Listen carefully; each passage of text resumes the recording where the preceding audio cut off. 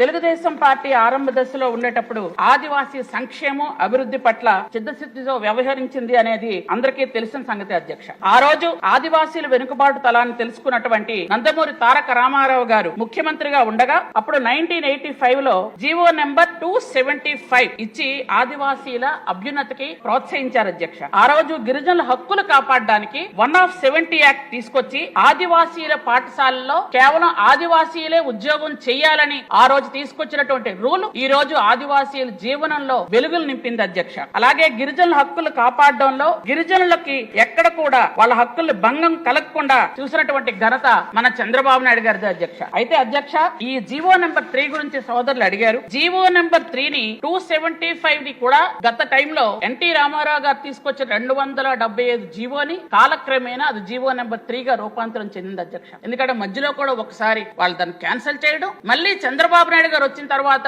అదే జీవోని GO number 3 గా 275 జీవో నెంబర్ 3 గా తీసుకొచ్చి గిరిజనులకు మళ్ళీ మా ఆదివాసీలటువంటి గ్రామాల్లో టీచర్స్ గాని డీలర్స్ గాని అన్ని కూడా ఆదివాసీలకు ఇవ్వడం జరిగింది అధ్యక్ష. గత 5 సంవత్సరాల్లో జగన్మోహన్ రెడ్డి గారు ఆదివాసీలకు ఏం చేయలేదు వదిలేయండి అధ్యక్ష. కానీ సుప్రీం కోర్టులో ఈ కేసు ఉంటుండగా సుప్రీం కోర్టులో కొట్టేసింది అధ్యక్ష. కనీసం ఒక పిల్లేయడం గాని కనీసం వాదించడానికి ఒకరిని పెట్టడం గాని చేయకుండా పూర్తిగా వదిలేశారు అధ్యక్ష. జీవో నెంబర్ 3 ఆ రోజు పోయింది అధ్యక్ష. కానీ జీవో నెంబర్ 3 ని మళ్ళీ ఏదో ఒక రూపంలో తీసుకొచ్చి ఆదివాసీ జీవితంలో వెలుగులు నింపుతామని మన గౌరవ ముఖ్యమంత్రి చంద్రబాబు నాయుడు గారు చెప్పారు అధ్యక్ష. పాదయాత్రలో యువ నాయకులు లోకేష్ బాబు గారు కూడా చెప్పడం జరిగింది అధ్యక్ష.